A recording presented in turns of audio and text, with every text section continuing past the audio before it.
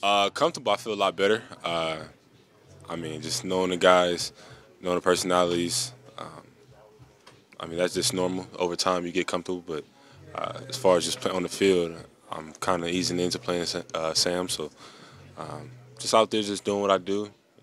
Starting to, it's time for me to make plays, not just do my job. We practice it each and every day. When we have our red zone days on throughout the week, where everybody says, keep them out, keep them out. And that's one thing we preach. And even if it's a walkthrough, keep them out, keep them out. So just keeping them out of the end zone, man. At the end of the day, like people, at the time, you wouldn't think it was a big play. But it's a huge play, stop touchdown. So, just giving extra effort. And there was guys hustling on a play like TJ and Rashad with the big hit. So, just trying to keep them out of the end zone and save us a touchdown. It saves the game. We did what we had to do to win the game.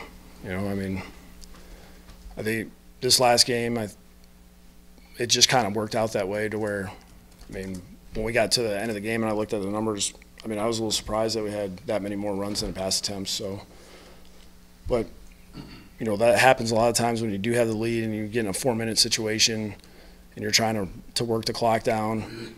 I mean, we had the ball with 5:56 left or something like that in the fourth quarter. So, I mean, you're not just going to start throwing it all over the place. You get a couple first downs and you realize, all right, hey, if we actually stay in bounds, we'll keep this thing moving.